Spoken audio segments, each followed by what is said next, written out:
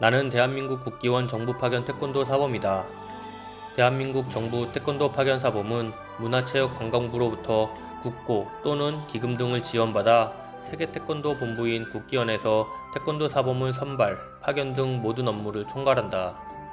현재 대한민국 정부 태권도 파견 사범으로 파견되어 있는 사범님들은 각 대륙의 40개국 41명의 정부 파견 사범님들께서 각각 다른 현지의 열악한 환경 속에서도 대한민국과 파견 국가와의 우호 협력 관계 및 상호 교류를 증진시키고 태권도 보급 발전 및 국제 스포츠 관계 형성에 기여하고 있다.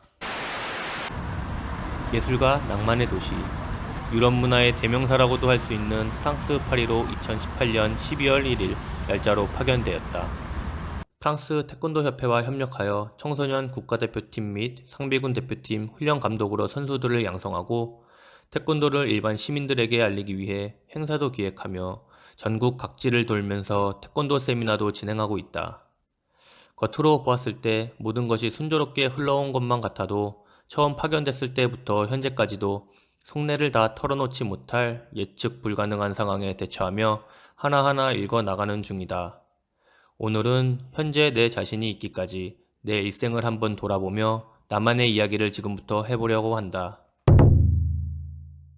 태권도를 시작한 계기는 특별하지 않다.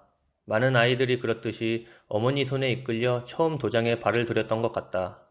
잘 기억나지는 않지만 어머니의 말씀으로는 어렸을 적 밥을 잘 먹지 않아 도장에 가서 친구들과 뛰어놀고 운동을 하고 오면 허기가 져서 밥을 잘 먹었다고 한다.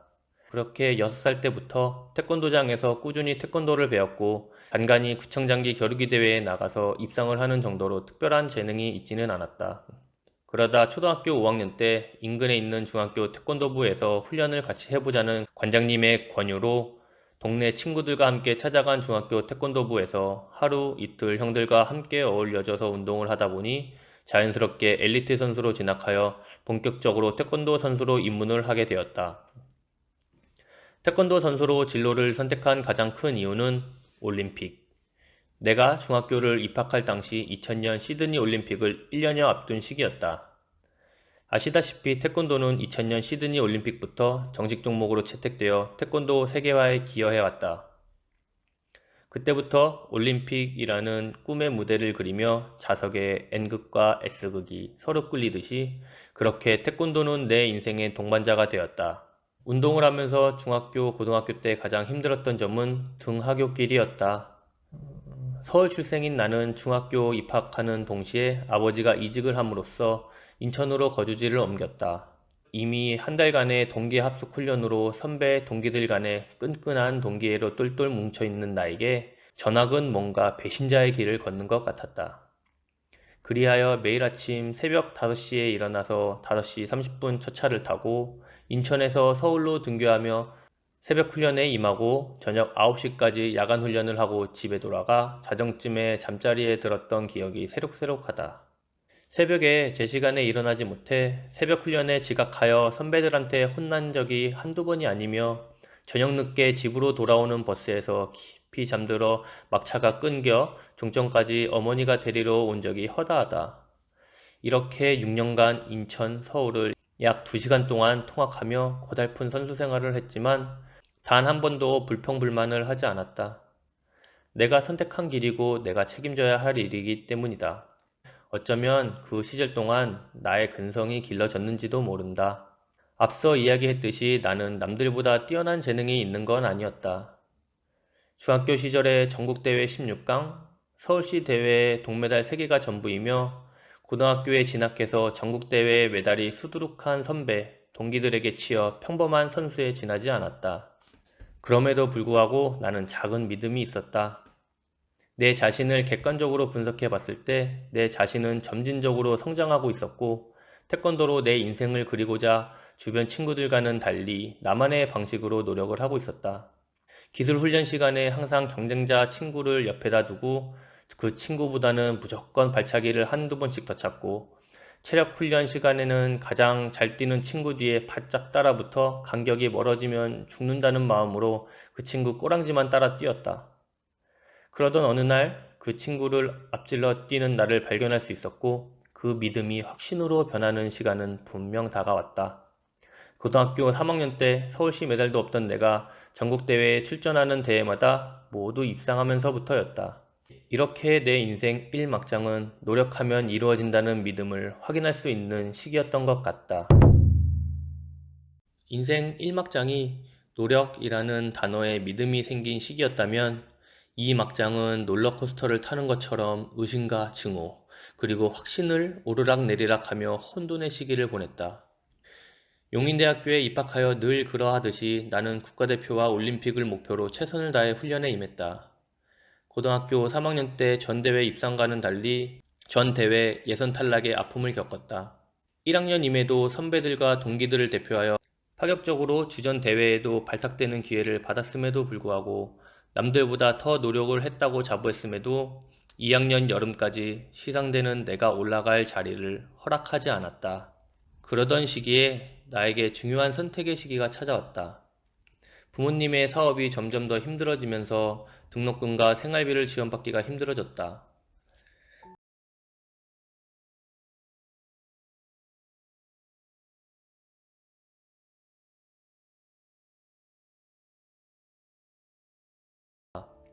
단, 포기할 때는 포기하더라도 마지막 한 번만 더 후회 없이 준비하고 후회 없이 시합을 뛰어보고 그만두겠다는 마음으로 2달 동안 정말 죽어라 운동을 했다.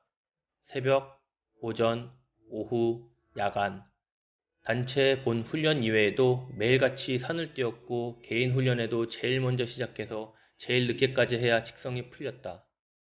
주변 동기들은 나에게 미친놈이라고 하는 친구들도 있었고 그렇게 한다고 뭐 되겠냐? 라며 나를 비우는 친구들도 있었다. 그럴 때마다 나는 오히려 신이 나서 더욱 이를 갈았던 것 같다. 추석 휴가 일주일 동안 기숙사 식당이 닫혀 밥을 먹을 수 없어 3일 동안 어쩔 수 없이 집에 다녀온 것 빼고는 주말 외박도 나에게는 사치라며 기숙사에서 자나 깨나 운동 생각만 하며 내 인생의 마지막이 될 수도 있는 시합을 준비했다. 그렇게 2학년 대학연맹에서 후회 없이 준비했고 후회 없이 시합을 뛰어 오랜만에 시상대 위에서 값진 메달을 목에 걸 수 있었다. 이 계기를 발판 삼아 뒤이어 있는 최우수 선수권 대회 및 국가대표 예선 경기에서 좋은 성적을 거두었고 이후 3학년 때까지 좋은 성적을 유지하며 승승장구했다. 더불어 비장학생으로 입학하여 전액 장학생 혜택까지 받아 노력에 대한 보상은 꿀처럼 달콤했고 나를 비웃던 친구들은 어느덧 나를 인정해주며 엄지를 축혀 올려줬다. 한참 고공행진을 하고 있을 시절 뭐든지 과하면 독이 된다고 국가대표 최종 선발전 10일을 앞두고 큰 부상을 입었다. 그 당시 나의 마음가짐은 한 타임이라도 훈련을 쉬면 뒤로 후퇴된다는 불안감이 엄습해 밤잠을 설칠 정도로 운동 중독이 되어 있었다. 나의 이런 마음가짐이 오버페이스라는 독이 되어 수술을 할 정도로 큰 부상을 입어 낙심이 컸다. 4개월 동안은 재활 훈련에 매진해야 했으며 그러면 그럴수록 나의 불안감은 커져만 갔다. 남들은 동계 훈련 동안 열심히 당금질을 하고 있을 텐데 나는 병원 신세를 져야 한다니 참으로 아쉬운 시간들이었다. 그리고 4학년 첫 시즌 오픈 대회가 올림픽 예선 2차 선발전. 1차 선발전은 부상으로 출전하지 못하였고 2차 선발전 역시 무릎 상태가 완쾌는 안 되었으나 꼭 한번 뛰고 싶었다. 4개월 동안 발차기 한번 안 차고 시합에 출전하여 첫 반에 지겠지 라는 마음을 먹고 오히려 부담 없이 시합에 임했는데 64강, 32강, 16강을 내리 이기고 8강에서 석연치 않은 판정과 무릎 부상 재발로 경기 도중 포기를 했다.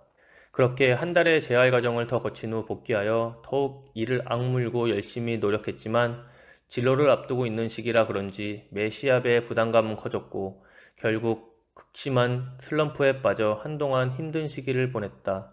여태껏 내가 성장해온 과정을 보았을 때 최선을 다하고 노력하면 입상이든지 좋은 게임 내용이라든지 항상 그에 따른 보상이 있었지만 훈련에 집착을 하면 할수록 더욱더 성적은 나빠졌고 정신과 상담을 받아볼까? 라는 정도의 극심한 스트레스를 받았었다. 그 이유 중 하나는 주변 동기나 후배들 중에 흔히 말하는 에이스들 중 남들이 봤을 때 노력도 안 하고 대회만 나가면 좋은 성적을 거두는 친구들이 있다.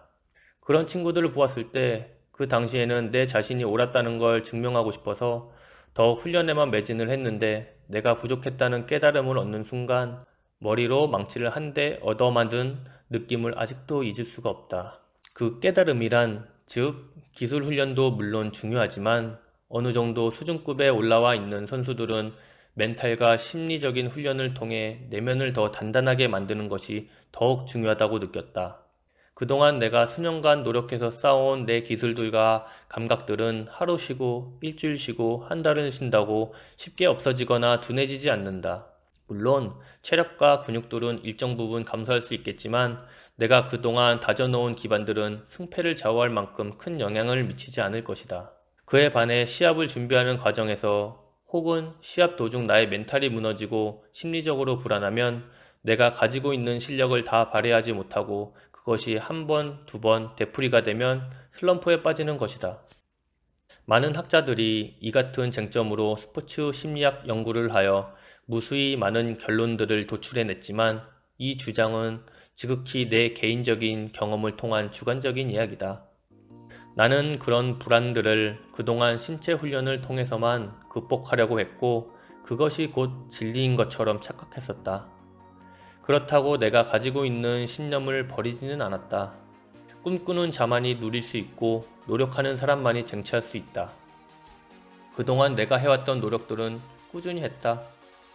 다만 어떻게 더 효율적으로, 능률적으로, 집중적으로 할 수 있을지 연구를 하였고 나머지 시간들은 내면의 실력과 스트레스를 해소하는 방법들을 강구하여 적응했다. 결국 대학교 4학년 후반기 대회에서 우승하였고 이후 실업팀에 입단하여 3년간의 선수 생활을 즐긴 후 내 인생의 전환점을 맞이하게 된다. 대한민국 남자들이 3355 모여 이야기를 나누다 보면 빠지지 않는 스토리가 바로 군생활 이야기다. 그렇다. 내 인생의 전환점은 바로 군대다. GP에서 근무했다는 군필자들이 흔히 잡았다는 티코만한 멧돼지도 DMZ에서 근무했다는 군필자들이 간간히 타고 다녔다는 시조새만한 독수리도 경험해보지는 못했지만 나에게는 남들과는 다른 특별한 군복무 경험이 있다. 아니, 엄밀히 말해 군복무 대체 경험이었다. 지금은 더 이상 존재하지 않고 그 당시 수많은 국군 입대 지원 장병 중 1년에 약 7, 80명 정도만 선발하는 특수정예 요원. 그 이야기가 궁금하다면 다음 영상을 기대하라.